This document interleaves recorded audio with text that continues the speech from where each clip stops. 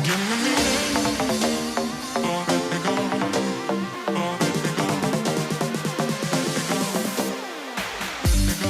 to another episode of the SmarTalks Show. I'm your host, Matteo. And if you have not yet done so, click that follow button so you never miss another podcast episode. Also, if you want more personal development content in your feed, you can follow me right now on social media at Matteo Grosso Coach. For this special edition of the podcast, I'm delighted to introduce you to Graham Brown, human storyteller, author of the Human Connection Playbook, and entrepreneur. Graham is also the founder of an award-winning podcast agency, Pickle & Co., which is an AI-powered, data-driven B2B podcast agency in Singapore. Graham, welcome to the show. Matteo, thank you so much. And thank you for doing a great pronunciation of my name. We had a few takes of that. We took a little bit of time to rehearse it at the beginning of the podcast. It's great to be here. I'm looking forward to this. Thank you so much. And today it is my birthday, so thank you so much for this birthday gift of being here. I love that. Me today. Yeah, it's a big day for you of crossing the river into the world of entrepreneurship. Absolutely, that's exciting. Exactly. 1 year ago, I launched the business. So 1 year has passed by. 1 year of podcasting, 1 year of giving value to the world. So very exciting. And and then we met over the course. Yeah, he's still smiling as well. So there you go. Yes, that's true. Still in a situation now. I'm very happy about it. So let's see how it goes. Good. Well, more power to you. Thank you so much, Graham. And thank you for being here. Really, thank you for being here today. For our listeners, we will talk about the power and psychology of storytelling. As you know, for the guys who are listening, we had a few podcast episodes on, 10 tips to rock the stage as a public speaker, 5 techniques to become a master storyteller. What I was trying to teach you was more about the skills, but with Graham, we will analyze more the mindset side, the psychology of storytelling. And we will now touch base on other topics, the psychology of data, the storytelling techniques, everything that relates to psychology, storytelling, and the power of influence. So again, thank you so much for being here today with us. And if you would like to introduce yourself, briefly for our listeners so that they know a little bit more about your journey, that would be fantastic. Great. Thank you so much. I'm a storyteller, Matteo, so that's what I do. And I've just lucky enough that I found a way to get paid for that. Telling stories. When you were a kid, your mum used to say, don't tell stories. It was always a bad thing, wasn't it? It was always like you were making stuff up. But actually, when we go into the world of business, we realize how powerful storytelling is. The way I apply storytelling is help business leaders, startup founders, coaches, authors tell their story on bigger stages, which is podcasts. So I help them get interviewed on people's podcasts. That's my business. And I also help corporates. I have a corporate podcast agency, help them tell their human story, which is what we want now. We want to know who are the people inside these companies. So I am a storyteller, and, people ask me, what is storytelling?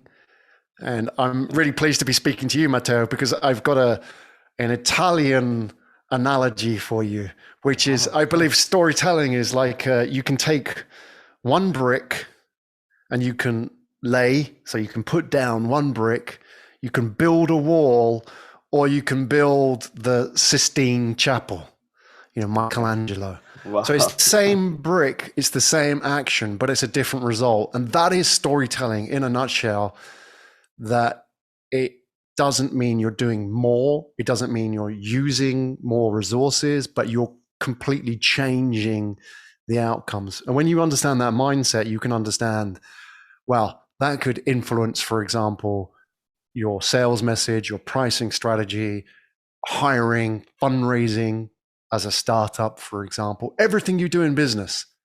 And all the results that you have really are downstream of an upstream story that you're telling. So that's what I do. And I help people tell better stories. And hopefully one of the things we talk about today is the imposter syndrome. this belief that we don't have a good story inside us. I'm not Elon Musk, I'm not Steve Jobs, so who am I to tell a story? That's a big thing, getting over that resistance. Absolutely. And a quick question, has it always been that way? Have you always been passionate about storytelling, or is it something that you found along the way when you understood the importance? I mean, we all love stories. We've all loved stories since we were kids, right? So we're always passionate. I think for me, I didn't realize that storytelling could be a powerful tool in business. I always thought it was fairy tale, once upon a time.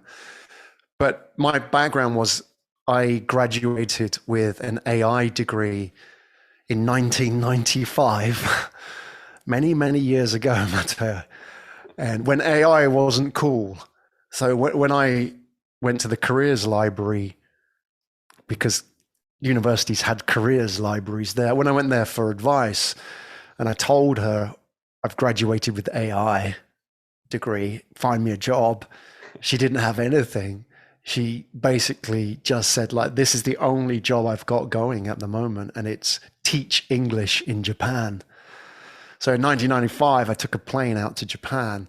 But for me, that was the beginning of storytelling, because, from school, we all, your listeners will know. I bet if I ask you, think of that one teacher at school that really inspired you, that really, doesn't matter what subject, it could have been geography, maths. Me, it was physics. I don't know about you, Matteo. Remember that one teacher that you can remember really? What subject was it? Philosophy, yeah. For me, it was history and philosophy, yes. Oh, wow. The human side and the philosophical side of... nice. I bet that teacher was a good storyteller that made you, pulled you into the stories, right? So, great teaching is storytelling. So that's kind of how I learned. I could teach bullet points, or I could use story and communicate with people across barriers as well. And I brought that knowledge back. And in the late 90s, I was involved in a telecoms company, which was really about researching and helping people understand young people and mobile phones, because I saw that happen in Japan. And for me, that was now, okay, I can actually see there's this thing called storytelling in business, which is helping people tell their stories and understand people better. So I saw the application there. And since then, it's really just been, it's like everybody's story. It's constantly refining, constantly improving it. You never have, I never had a book before I could tell my story. You always have to get out there on stage and practice first. Then you can become better at the craft, if you like. So I'd put it to all your listeners now, if you want to tell better stories, you don't find your why, just get started. Get started, get on stage, get on podcasts, speak to people, start a podcast even. And that makes you a better storyteller. Love it. Yeah. So the ready, fire, aim instead of ready, aim, fire, right? So you fire first, right? You tell your story, you see how it goes, you see how people, perceive your story, and then you improve along the way instead of waiting to have the perfect story. Absolutely. Yeah. That stops people, right? Because they wait for the perfect story. Like so if you're listening now to this, you may be thinking, why me? I haven't exactly. Let's talk a little bit, sold $1 billion company. This is very interesting. Yeah. Right. So they're thinking, why would anybody listen to my story? And I would say to you, it's like comedy, stand-up comedy. No comedian was born funny. What you see, if you see like Kevin Hart or Jerry Seinfeld, that's years and years and years of practice. They look effortless, they look calm. But what you don't see is all the times they got on stage and they told a joke and it didn't work. You don't see that. You don't see the unfunny parts, because that's what I call agile storytelling. It's the aim later, like fire first, aim later, like you say, right? So that's really important. Getting on stage, face the moment of truth, get feedback, and improve, constantly refine your narrative and improve on it. And that is so important because people don't even take the first step. Hey, your story, Matteo, as an example, like you said, it's my birthday, right? It's a year since I left the corporate job. So I would say to everybody listening today that every single one of you has this scene in your life, and it's called, if you watch a really good movie, you'll see this scene, the same scene, and it's the scene in your life, my life, and the listener as well. And this is called the departure scene, right? Now, the departure, it's like when you left the corporate world and then against the advice of your friends or your family, Matteo, you have a good job, you have a really good career, why are you leaving? You sacrifice everything. Because this thing in my heart is telling me I must go. But isn't that the same as every great movie? You've got like, Harry Potter, he leaves on the train, right? He goes across this bridge on the train. That's the departure. It's the crossing. In Lord of the Rings, they cross the river. And, even in all the religious texts as well, like, the Buddha leaves the palace. Luke Skywalker from Star Wars leaves his planet in search of the mentor. Greek myths are all the same, right? So this departure scene defines us all. Like when somebody asks you, tell me about yourself, I would say a great way to tell a story is to start where you ended. It's like, if you were directing a movie, the first shot is going to be a dead body on the floor. A woman drops a gun and then runs away. Right? And then we're like, why? Right? And then you have to go back, don't you? You go back to the beginning, like when they met at college and, the story. But like the way people tell stories is they start at the beginning, which is not interesting. Very true. I want to know, if you tell me, okay, so Matteo, he left this corporate job. So already I know, firstly, what did you give up? So I know what's important to you. Where are you now and where are you going? Like, because you're going somewhere on this journey. And so that departure scene in every movie and in your story, my story, I told you the story of AI going to Japan. It defines us. So how to give away, think like a director of a movie when you tell your story. Everybody here has got a great story. Everybody has left a corporate job or moved to another country, right? Or, they've gone against the advice of somebody, the smart people around them, to do something that was not considered wise. And that makes your story interesting and worth telling. Everybody's got it inside us. Love it. Yeah, it's very true. Start from the end, right? And grasp the attention of the people so that they want to find out what is happening at the beginning, right? Why did this happen, right? Why did Matteo leave? Exactly, right? What? It must be important. Exactly, right? There must be, because as humans, we assume there was always, some rational thinking behind, right? There must be a good reason for something we do. So what happened? This is actually, people ask me, like, what happened in the corporate world? Why did you leave? Did you find your purpose? Did you find your higher self? This gives me an opportunity to actually share my story. Right. And by sharing your story, you invite us to become part of the journey, right?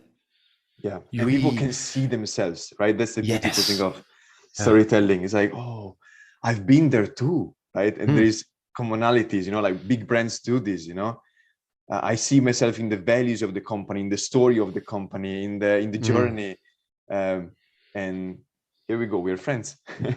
Absolutely. What a great way to connect with people through story. It's very powerful.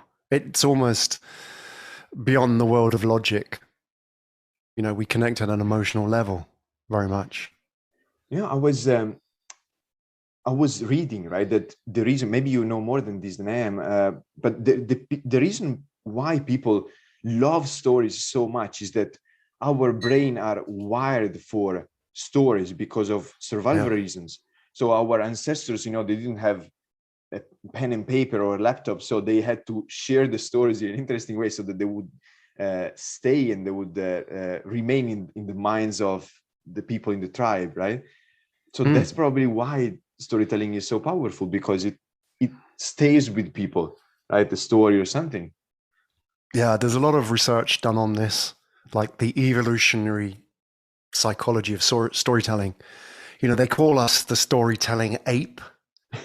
That we are different from the other apes, the great apes, because we tell stories. And even if you look at it, it's interesting when you look at it from the scientific angle that we are 98.8% similar DNA to a chimpanzee. So DNA-wise, we're very, very similar to a chimpanzee. And actually, there is more similarity between us and the chimpanzee than there is between a horse and a zebra. Wow. Right? They're more distinct DNA-wise. So we should be the same as a chimpanzee. So why is it we've evolved in it exponentially when the chimpanzees and the apes haven't? And you've got to go all the way back. You go back to the cave paintings, like you go to the south of France, these beautiful cave paintings, 20,000 years old. And you see like paintings of the buffalo stampede. And these are stories. Like you say, they don't have pen. They don't have an iPad, right? So they're painting all the information there. But what's really interesting is like why did human beings develop storytelling and other animals didn't? Well, it's a lot to do with the agility, the agile nature of human beings. Is that if a zebra is born or a giraffe is born, it's functional in hours. It has to get up and move around because the lions are going to eat that thing, right? But a baby is useless. A human baby, like you remember, babies don't do anything apart from cry, need their diapers changing. They're useless for months and months, if not years, right? But that's the advantage, because the human brain is very agile. And that means that it can absorb more information. Like if you think about it in computer terms, the hardware isn't so good, but the software is very powerful. And if you look at evolution, what's happened is that we've had to evolve and get better, but our biological hardware is limited, right? We still have the same digestive system as we did 30,000 years ago, more. We still digest foods in the same way. We haven't evolved that way so fast. So if we want to evolve and have iPads and iPhones and rocket ships going to the moon, we need some way to get beyond our physical frame. So what's happened at some point in evolution is we've learned effectively to decouple from the hardware. We've learned to upload culture or information into the cloud. That is our culture. Storytelling is the cloud. If you think about it, I can upload information and say, okay, don't eat those berries. Those are poisonous, right? And if it was done biologically, it would have to rely on, trial and error. It's not good.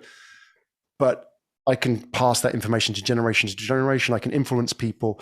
And then, the last part of that story is the reverse. What's happened is this thing called phenotypic evolution, which is basically meaning that the storytelling nature in our brain actually drives evolution. So if, for example, a tribe is more responsive to storytelling, then that tribe will outperform another tribe. And therefore, the children of that tribe who are more responsive to storytelling will survive and do better.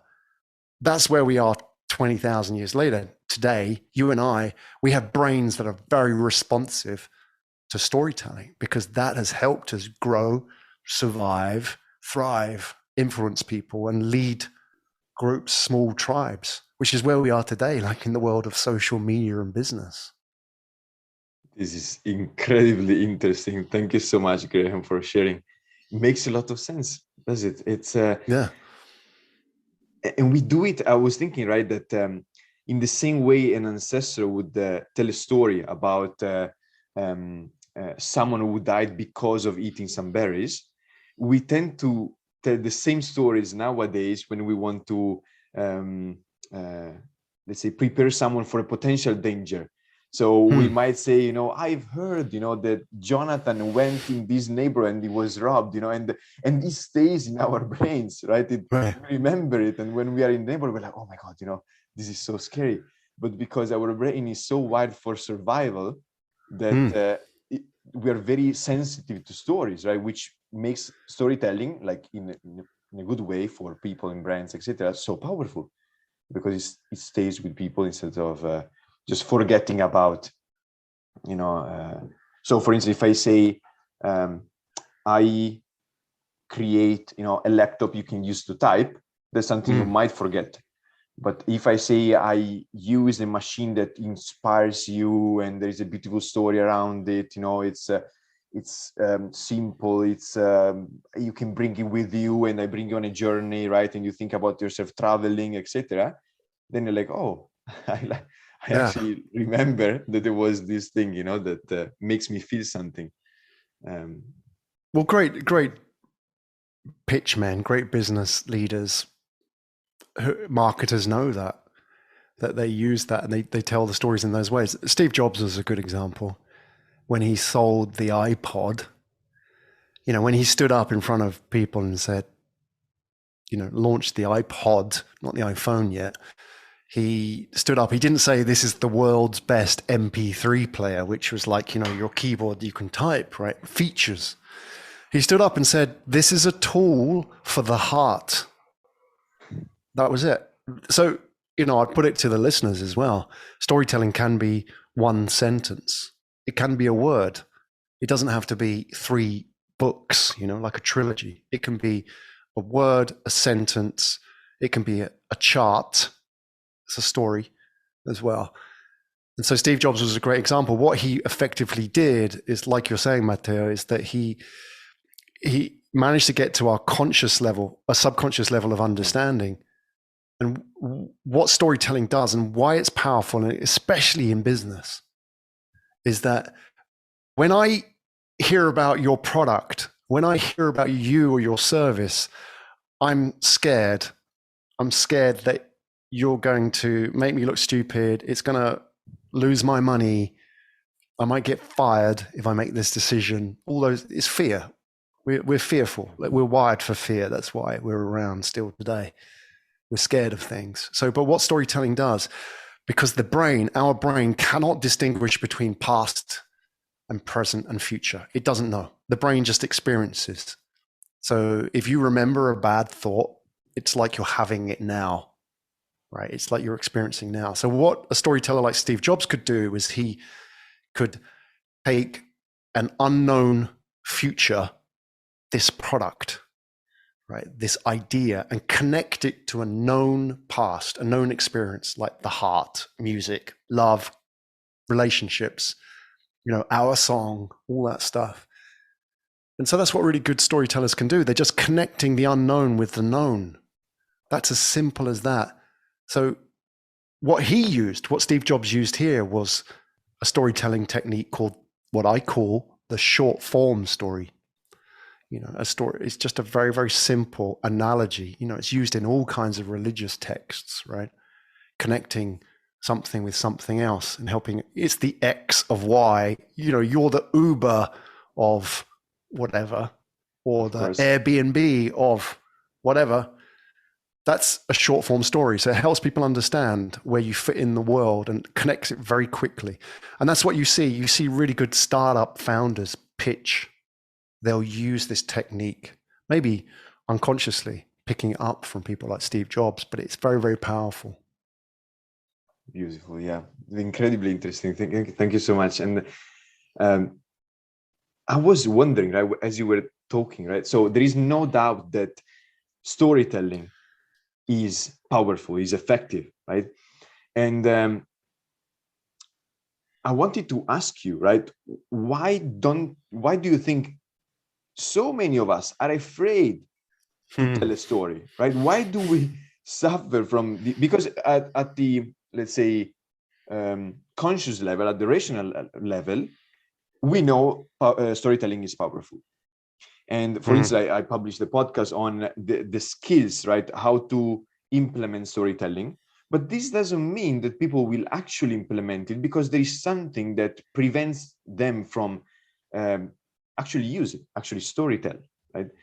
So since you are an expert in this, on the psychology of storytelling, what prevents people from telling a story? What's That's a great question. blocking us? One part we've already discussed, which is the imposter syndrome.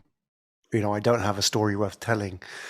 The other part is what psychologists call naïve realism. It's a bias. It's like a cognitive bias.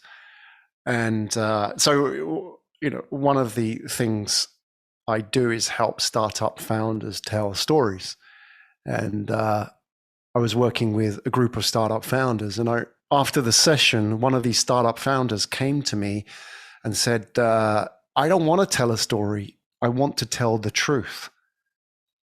And I said to him, yeah, look, if you don't tell a story, I won't know what your truth is. And that's the problem, I feel, is that we believe that we make decisions on logic and fact and data. We're very much in a world, it looks very rational. And we feel that that's how we make decisions. And yet the reality is that's not how we make decisions. There's been some really powerful neuropsychological research about how we make decisions. And one example is a neuropsychologist, his name was Damasio, Italian chap, and he studied what happens to our decision-making if we have damage to the emotional cortex of the brain. And he found that most people would think, if you don't have emotion, if you were just a logical being, then you would probably be like a robot. You'd probably be quite boring, maybe really good at chess, but make really good investment decisions, right?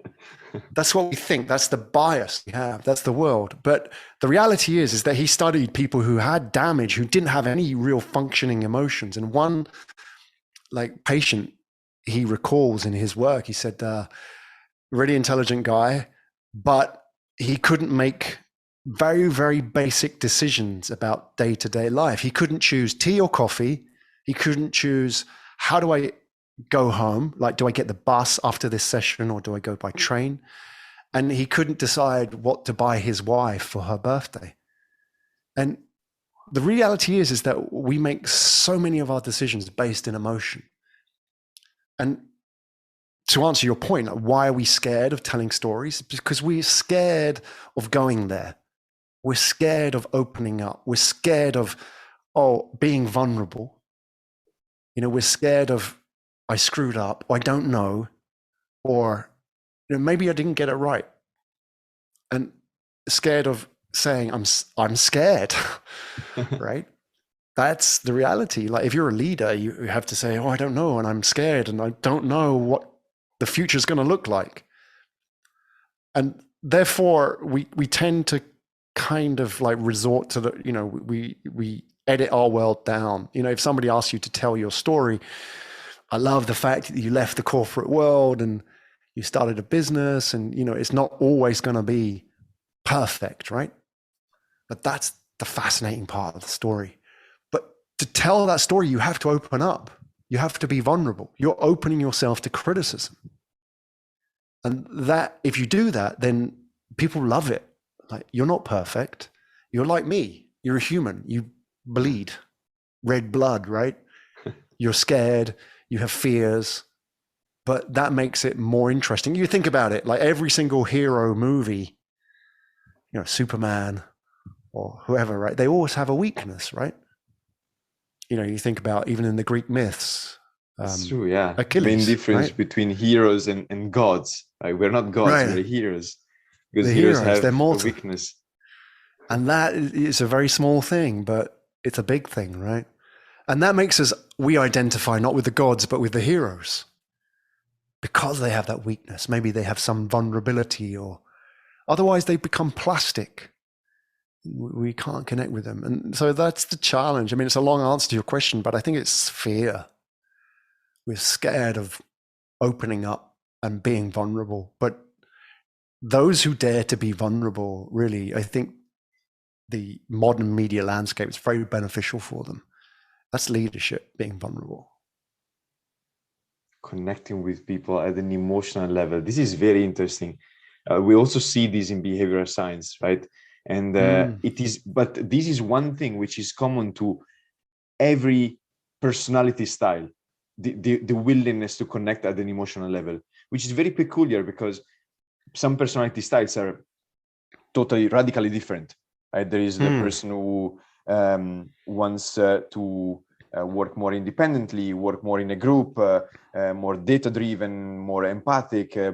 But one thing they all have in common to persuade them, like a sense of persuasion, is emotions, which is incredibly interesting. And as you said, it's probably because as humans, we make like emotional decisions, but then we justify them like rationally. We're logical. Yeah. Right. So we basically already decided. Well, you see that in every, like think about, you look at the world of marketing, for example, and look at soda. Soda is just fizzy water with caramel and caffeine, right? Coke versus Pepsi. It's the same product, but we buy more Coke than we buy more Pepsi. Why is that, right? They've even researched, neuropsychologists have researched this, that Pepsi tastes better, but people buy more Coke because Coke tells a better story. And they've even shown, for example, that when they do blind taste tests, they give you Cola A, Cola B, you drink it, Cola A tastes better. Cola A was Pepsi. But when they give you the cola, but this is Pepsi, this is Coke, it's branded, Coke tastes better. So tell me what's going on. It's actually shaping the experience at the brain level. The emotion is actually shaping that experience. So it's so important that we in business, whether you are working with data or whether you're a programmer or you're a startup founder, whatever it may be, is that, we have to understand context. The content is what we make for people, right? But the context is the package around that. So what does it mean to them? What problems does it solve for them? How does it make them feel better? How does it connect with them at the emotional level? And it's really important that we understand what we do from that level. It's probably, we're not selling stuff. It's beyond that. It's maybe you're making people less fearful about themselves or more confident or whatever it may be. That's the emotional level we've got to get to. And everybody's got it. But, even if you look at data, for example, Matteo, that if you think about the last couple of years where we've been with COVID, right? You remember at the beginning of COVID when they had that chart flattening the curve, that chart that came out, and that became, hundreds of millions of people saw that. That's a story that appealed to us at an emotional level. It was a story, like every story, even in this chart, had heroes and villains. It had time. It had like a past, present, and a future, like any good Shakespeare. And it had an action that we wanted to get out of it, right? So even if we talk about data, it's very emotional for people to understand it. And I think that if we reduce it just to the level of logic, that's only the tip of the iceberg, right? It's the 90% below water that we really have to understand and work with. And may I ask you, what's a tip, right? What's an advice for people who would like to become better storytellers? Is it to become a little bit more vulnerable, like to embrace a little bit of more of their emotions, their kind of animal side, we could say, their gut, their feelings, their heart, instead of being in their head all the time? What's something that you think it could be helpful? It's practice, really. Practice. Yeah, absolutely. And importantly, practicing on stage. Now, I talk about, when I help work with people in podcast guesting, I break it down: stage, story, system. Stage being the podcast, is a great stage. Story being your narrative and the system being like the workflows you can build around that. But if you want to get better, you have to practice. And practicing is not posting on social media. No, practicing is facing rejection. Because the more you face rejection and the more you learn that getting on stage and facing rejection isn't fatal, you don't die, then you become so much better. If you're just posting on social media, you will not get better in storytelling. It will not improve. I know it's a form of storytelling, but you're not facing the rejection necessary to become better at this. And it's a very agile manner, but you have to get on stage.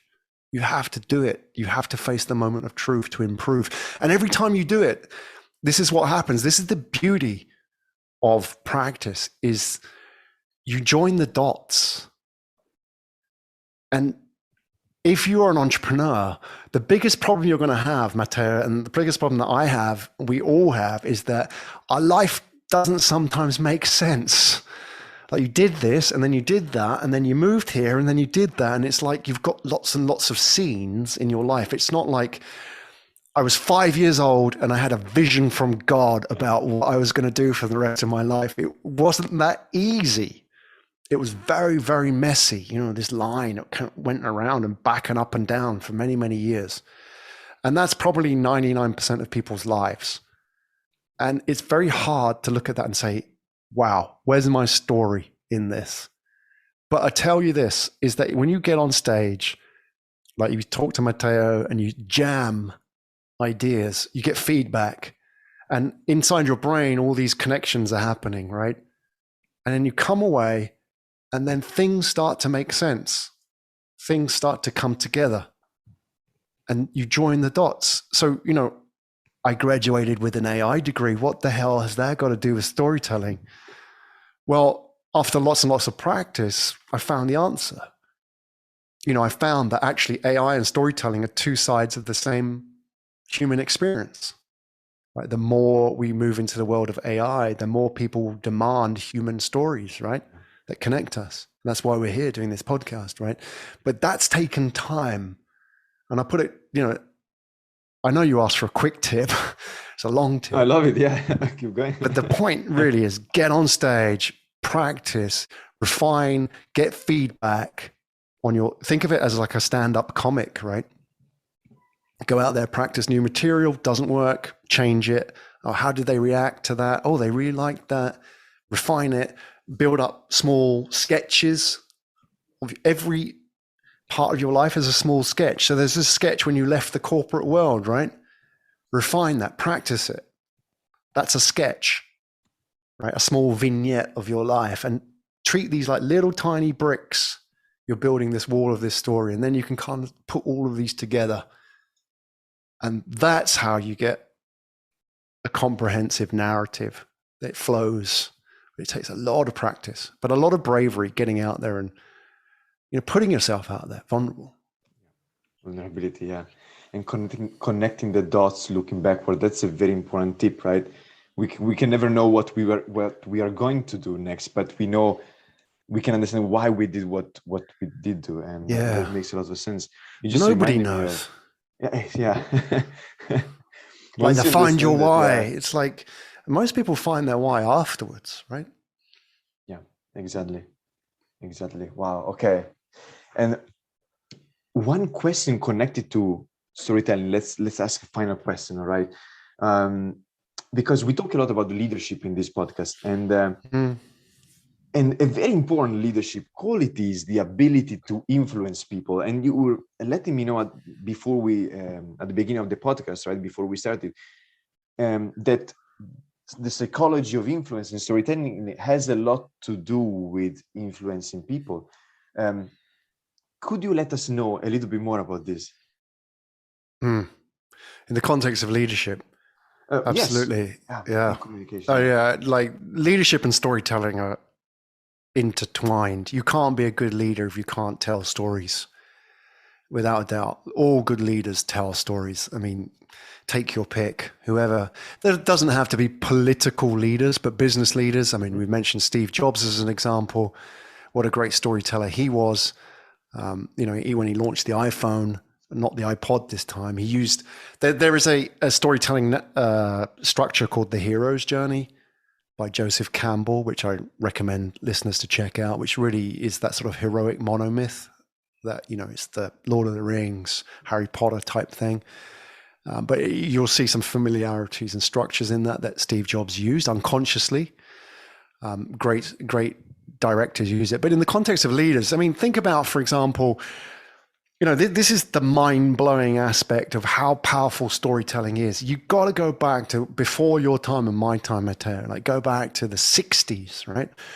And, it's 1963, I think. So, wow, 60 years ago, a different world. John F. Kennedy, he stood up before his people and he said, "We shall land a man on the moon and bring him home safely by the end of the decade." Right? This is 1963 in his address to the American people. And you've got to bear in mind that this is a world of black and white television. The internet hadn't really been invented then. It certainly didn't have blockchain.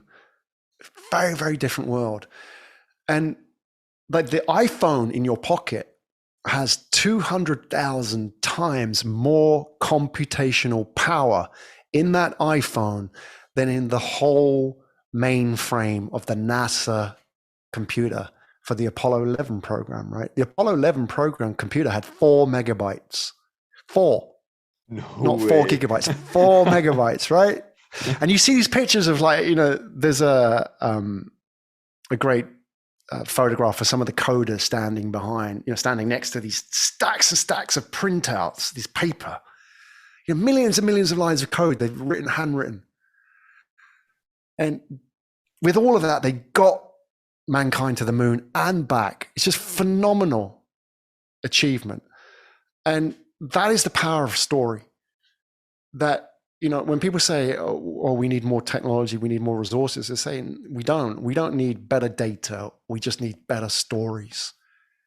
And stories got us to the moon. If you think about how powerful that was, given the constraints of the technology that they had at the time, and they connect people. They give people purpose. For leaders, you think about how important that was. There's an anecdote of John F. Kennedy walking around the NASA command, and he bumps into a janitor in the hallway. And there were hundreds of thousands of people working at NASA, like I think 400,000 engineers working on the program, like across the country. And he bumps into this janitor and he says, "What are you doing here?" And the janitor says, "I'm helping put a man on the moon." And you think about that was the power of the story told. And that's what leaders can do. They can give people the promised land. That's what it is. We're going to the promised land. It's not going to be easy, folks. We're going to have to leave the comfortable world and cross the river. And there may be troubles ahead, but this is where we're going. And that's what leadership is. It's not a popularity contest by any means. It's about taking people where they need to go. That is how it happens. And I think if you want to get deep into the world of story and understand how leaders do it, just learn from the best. Learn how these guys do it. Guys and girls, not just men who are great storytellers, but lots of great people out there who've given us templates of what works. And I'm grateful I could learn from you today, and we could all learn from you, Graham. This is incredible. And there are so many topics that we discussed today about, how to influence people, the mindset that holds us back, the psychology, the storytelling, and I mean, these all make so much sense, when we look at it all together, right? The importance of storytelling, why as humans are wired for storytelling, how leaders can use storytelling for to inspire, right, and to influence and to explain their vision. thank you so much for being here with us this morning and evening in Singapore. This was incredible. No, thank you. I really enjoyed this, Matteo. You're a good host, and I enjoyed the jam today. Thank you very much. And I will make sure to let you know, right, the questions and the insights from our listeners, right? What I'm sure they will have lots of questions on, and feedback on storytelling. And I hope we inspired some people today to start storytelling more, to put themselves out there, and just try, right, and see how it goes, and improve along the way. But you're a fantastic example, Graham, of how storytelling works. When you talk, when you speak with stories, right? And I find myself really inspired. So thank you. Well, thank you. Well, hopefully somebody out there is listening, and maybe in the corporate world, like Matteo was some years ago, and your story will inspire them to change, right? That's how it works, isn't it? When you were younger, somebody tells you a story about their life and it plants a seed in your head. And that seed doesn't grow, but some days maybe you water the seed and it starts growing, and something beautiful starts blossoming, right? And you can't stop it. So that's the power of a story, and we're all influencing each other in some form or way. So I think it's a very, we have a role to get these stories out there, because we don't know who's listening, right? And who needs them as well. Thank you so much for your storytelling, and for your inspiration. Thank you for your time. Thank you. Guys, for all our listeners, that's what we have got for this special episode. If you like this episode, please share it with someone who could benefit from knowing more about storytelling. And if you could share it in your Instagram stories and tag me, Matteo Grosso Coach and Graham Brown, it would be amazing. The only way we grow and impact more people is if you guys share it. So we greatly appreciate all of you who will do it. Make your life a masterpiece. See you next week. We appreciate you, and we hope you have an amazing day.